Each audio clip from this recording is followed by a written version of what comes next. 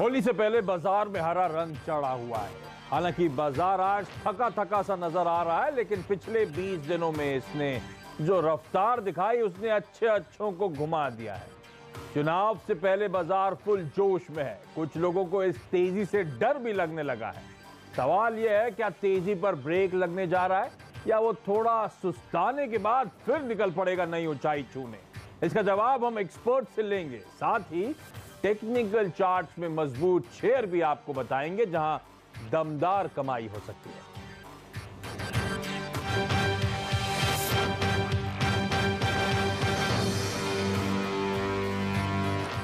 और हमारे साथ आज हफ्ता वसूली में देश के 3 जाने माने एक्सपर्ट्स जुड़ने वाले हैं। एसएमसी ग्रुप के मुदित गोयल, चॉइस ब्रोकिंग के सुमित बगड़िया और एलकेपी सिक्योरिटीज के गौरव बिस्सा। आप तीनों का स्वागत है और कोई समय वेस्ट नहीं करूंगा। आप सब जानते हैं शो का रैशनल बेसिक प्रेमाइज की चार्ट्स पे जो बेहतरीन स्टॉक्स नजर आ रहे हैं, ये तीनों एक्सपर्ट्स हमारी मदद करने वाले हैं उन स्टॉक्स में दाव लगाने में।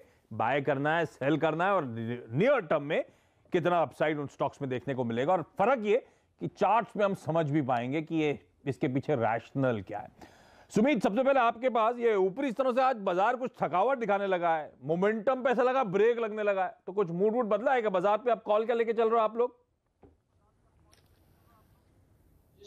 वेल देखिए, इतना बड़ा मूव आया है निफ्टी के अंदर और इंडेक्स के अंदर, तो थोड़ा सा रुकना स्वाभाविक है और थोड़ा सा मार्केट रुकना भी चाहिए। ये थोड़ी सी थकावट अगर आएगी, थोड़ा सा रेस्ट मिलेगा तो उसके बाद और स्पीड से मार्केट भागेगा। तो मोमेंटम तेजी का ही है। कोई भी डिप अगर मिलती है तो उसमें खरीदारी के मौके ही ढूंढने हैं। निफ्टी बैंक निफ्टी दोनों ही स्ट्रांग है। अगर कोई भी डिप मिलती है थोड़ी बहुत और अगर निफ्टी बैंक निफ्टी में यहां से, तो उनमें खरीदारी करनी है। अगर 1-2 दिन का पॉज मिलता है तो वो बहुत अच्छा साइन होगा। यहां से हमें ऊपर में जैसे 11,500 के ऊपर निफ्टी सस्टेन करते हुए देखने को मिलेगी, तो हमें ऊपर में 11,800 12,000 तक के लेवल्स बहुत जल्दी कुछ ही हफ्तों में देखने को मिल सकते हैं। बैंक निफ्टी में 30,000 का रेजिस्टेंस है, वो टूटने के बाद ये तेजी बढ़ेगी और भी ऊपर के लेवल्स देखने को मिल सकते हैं। 100-200 पॉइंट की गिरावट बैंक निफ्टी में और 50 पॉइंट की गिरावट निफ्टी में खरीदारी के मौके के हिसाब से लेनी है। अरे वाह, तो कोई दिक्कत वाला? अच्छा गौरव, ये पिछला पूरा हफ्ता बैक ऑन डे हमने तेजी आती हुई देखी। 5 दिन हरे निशान के साथ कामकाज हुआ। अब जब एफआई की कैश मार्केट में बाइंग थी तो उत्साह था, लेकिन आंकड़े अगर फ्राइडे के देखें तो इंडेक्स ऑप्शन स्टॉक फ्यूचर्स में कुछ बिकवाली करी। अब तक इस मोमेंटम को सीएनडी से आवाज के व्यूअर्स ने राइड करा था कॉल लेकर, पर आपके प्रोटेक्शन के तौर पे आप लोग पुट से कमेंट कर रहे हो क्या?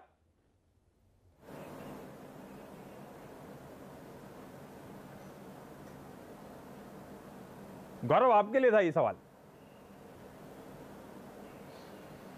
देखिए, अगर बात की जाए ट्रेंड की तो मोमेंटम काफ़ी स्ट्रांग है। सुमित ने भी कहा कि बाय ऑन डिप्स की रणनीति है, लेकिन अगर आप चाहें कि पुट से प्रोटेक्शन वगैरह की जाए तो उसके अगर आईवीज अगर आप देखें तो काफ़ी हाई आईवीज है। चाहे आप बैंक निफ्टी लीजिए या चाहे आप निफ्टी वीकली का लीजिए, तो आईवीज बहुत हाई है। तो फिलहाल हम पुट बाय करने की सलाह नहीं दे रहे हैं, क्योंकि अगर यहाँ पे भी रहा तो चूंकि आईवीज इतने हाई है तो आपके प्रीमियम्स बहुत कॉस्टली हो चुके हैं। यहाँ पे प्रोटेक्शन के लिए पुट बाय करना उतना फीजिबल नहीं लग रहा है। तो मेरे हिसाब से थोड़ा सा एक अटक सकता है 11,550। आज भी हमने अपने क्लाइंट्स को सलाह दी थी कि 11,550 के करीब आएगा तो एक बार थोड़ा प्रॉफिट बुकिंग आप कर सकते हैं। कोई डिप अगर देखने मिलती है 11,250 11,300 के करीब तो फ्रेश लीजिए। फिर मैं भी समझता हूँ वहाँ से एक अच्छी बाउंस बैक देखने मिल सकती है। ट्रेंड स्ट्रॉन्ग है, लेकिन थोड़ा सा कंसोलिडेशन यहाँ पे अच्छा भी होगा और वो एक्सपेक्टेड भी है।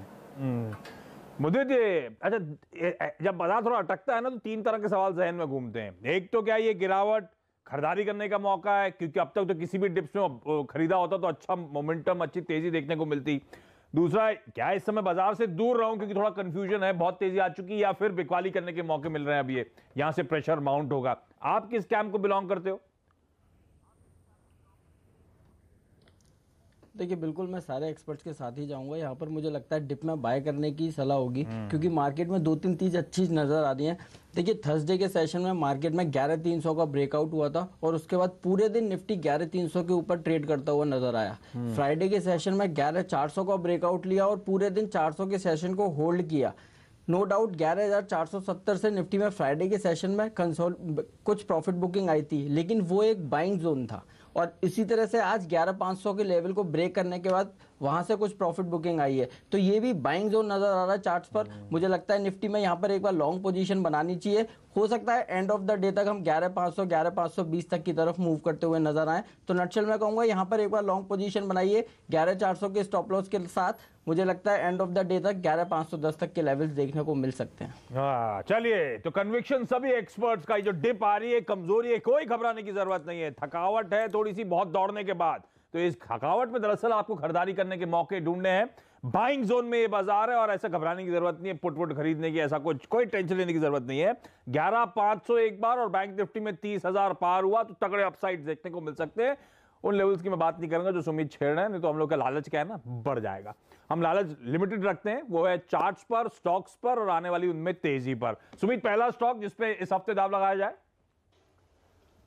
देखिए आशीष, पहला स्टॉक है टाटा केमिकल। टाटा केमिकल के अंदर हमें ऐसा लगता है कि गिरावट के बाद तेजी का मूव स्टार्ट होगा और जैसे ही स्टॉक एक रेजिस्टेंस का लेवल ब्रेक करेगा 595-600 का, तो उसके बाद हमें एक अच्छा अपमूव हमको देखने को मिल सकता है। वैसे भी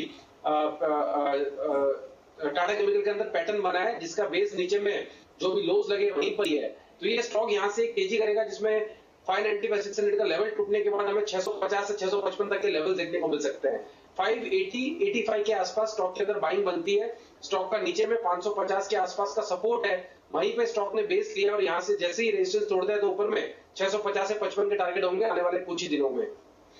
टाटा केमिकल जो चार्ट पे क्लियर समझ में आ रहा है, वो जो पीली लाइन सुमित ने बना के भेजी है, एकदम वहीं पे वो सपोर्ट लेता हुआ इन लेवल से एक बार उछाल देखने को मिल सकता है, और उछाल क्या, तगड़ा उछाल देखने को मिल सकता है। 10 से 12% का अपसाइड आप लोग की स्क्रीन पर। 655 के टारगेट टाटा केमिकल में इस हफ्ते आप खरीदारी का दाव लगा सकते हैं। ये पहला स्टॉक आज का। गौरव, आपका पहला पिक? देखिए, मेरा जो फर्स्ट रिकमेंडेशन है वो है क्वेस्कॉर्प के ऊपर रहेगा। इसमें अगर आप देखेंगे तो पिछले कुछ महीनों से एक रेंज चल रही थी जहाँ पे 795 पे थोड़ा अटक रहा था और नीचे में 625-630 जोन के करीब में ये बाउंस बैक ले रहा था। अब ये जो है ये रेंज ब्रेकआउट हो चुका है। अगर आप डेली चार्ट्स देखेंगे तो एक double bottom sort of breakout भी आपको देखने मिल चुका है। वॉल्यूम पार्टिसिपेशन अपने यूजुअल से थोड़ा बेहतर आपको देखने मिल रहा है। ऑन दी वे इसने अपने 89 DMA और 55 DMA उसको भी अच्छे से पार कर चुका है और कंसिस्टेंटली ट्रेंड अभी भी स्ट्रांग ही है। ये अगर सस्टेन अगर हो जाता है तो आपको एक अच्छा एक मोमेंटम देखने मिल सकता है। 1 या 2 हफ्ते के अंदर आपको इसमें एक 100 रुपीज़ का अपमूव आपको देखने मिल सकता है। तो जो सबसे पैटर्न बन रही है यहाँ पे, जो ब्रेकआउट देखने मिल रहे हैं, और आज भी अगर प्रॉफिट बुकिंग जो हमने देखी गई निफ्टी में, इस पर इतना असर नहीं पड़ा आज हमने देखा है, तो वो सबसे लग रहा है कि एक बार 880-920 के लेवल्स एक बार ये टेस्ट कर सकता है। 760 के स्टॉप लॉस से आप क्वेस्कॉर्प को खरीद सकते हैं। इंटरेस्टिंग। वो चार्ट लेकर आइए स्क्रीन पर। तो जो ब्लू जोन बना रखा था वो एक रेंज में, एक दायरे में स्टॉक कामकाज कर रहा था, अब उस रेंज के बियॉन्ड जाने की कर रहा है तैयारी। तो यहां पे खरीदारी करने के मौके और वॉल्यूम पार्टिसिपेशन भी, जैसे गौरव कह रहे हैं, और बढ़ता हुआ, तो इंडिकेशंस हैं कि तेजी और इंटैक्ट रहने वाली है। 920 तक के टारगेट्स यानी कि 14% का अपसाइड आने वाले 1 से 2 हफ्ते में ये स्टॉक यहां से डिलीवर कर सकता है, इस तरह की तेजी। इसलिए हमारे प्रोड्यूसर साहब हमेशा लिखते हैं साल भर की कमाई अगले 1-2 हफ्ते में कराने वाले स्टॉक्स देखिए, 14% का अपसाइड आने वाला है। मुझे पहला स्टॉक कौन सा?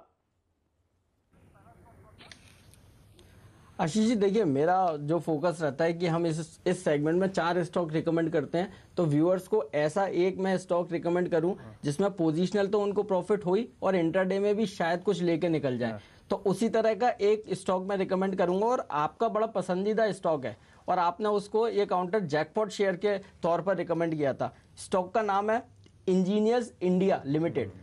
मैं यहीं पर यहाँ पर इस स्टॉक को बाय करने की सलाह दूंगा। स्टॉक का अगर स्ट्रक्चर देखिए तो एक inverted head and shoulder pattern इस काउंटर ने बनाया है। डेरिवेटिव डाटा देखेंगे आज के सेशन में करीब 2.5 से 3% का डेरिवेटिव डाटा ओआई में एडिशन देखने को मिला है। न केवल आज बल्कि लास्ट अगर 4-5 सेशन देखे तो इस काउंटर में लगातार ओआई एडिशन देखने को मिल रहा है। मुझे लगता है इंजीनियर्स इंडिया आज एक ऐसा स्टॉक हो सकता है जहां पर इंट्राडे में 2 से 3% के अपसाइड मूव देखने को मिलेंगे और पोजिशनल टारगेट 128 के नजर आते हैं। स्टॉप लॉस रहेगा 108 का।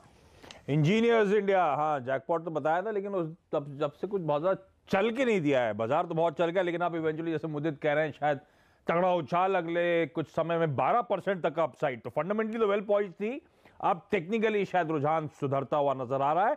तो यहाँ पे 128 तक के टारगेट्स के लिए अप्रोच करें। तो पहले 3 बाय कॉल्स, इनफैक्ट पहले 3 क्या, मैं बाजार का मूड गॉज करने की कोशिश इसलिए कर रहा था कि एक्सपर्ट्स का इस बाजार में जो आज ठंडा पड़ा है तो कुछ घबराने वाली बात ऐसा है नहीं। आज जो 12 पिक्स हैं 12 की 12 ध्यान रखें सब बाय कॉल्स हैं और सारे यूनिक स्टॉक्स हैं, यानी कि कोई एक्सपर्ट्स के बीच में स्टॉक्स का ओवरलैप भी नहीं है। सुमित, अगला स्टॉक एनबीसीसी। एनबीसीसी ने चार्ट्स के ऊपर अगर आप देखेंगे तो एक तो डबल बॉटम बनाया है नीचे में, फिर चैनल का ब्रेकआउट दिया है और रिसेंट के जो स्विंग हाइज है उनको भी उसने ब्रेक कर दिया है।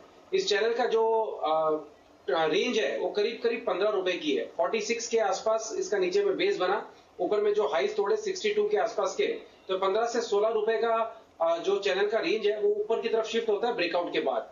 तो हमें ऐसा लगता है कि ऊपर में 75 से 80 रुपए तक का मूव एनबीसीसी के अंदर जल्दी ही देखने को मिल सकता है। एनबीसीसी में जिन्होंने भी लॉन्ग पोजीशंस बनाई है पोजीशंस को होल्ड करें। सीएमपी और सीएमपी से कोई भी गिरावट 64 रुपए तक आती है तो उसमें खरीदारी करें।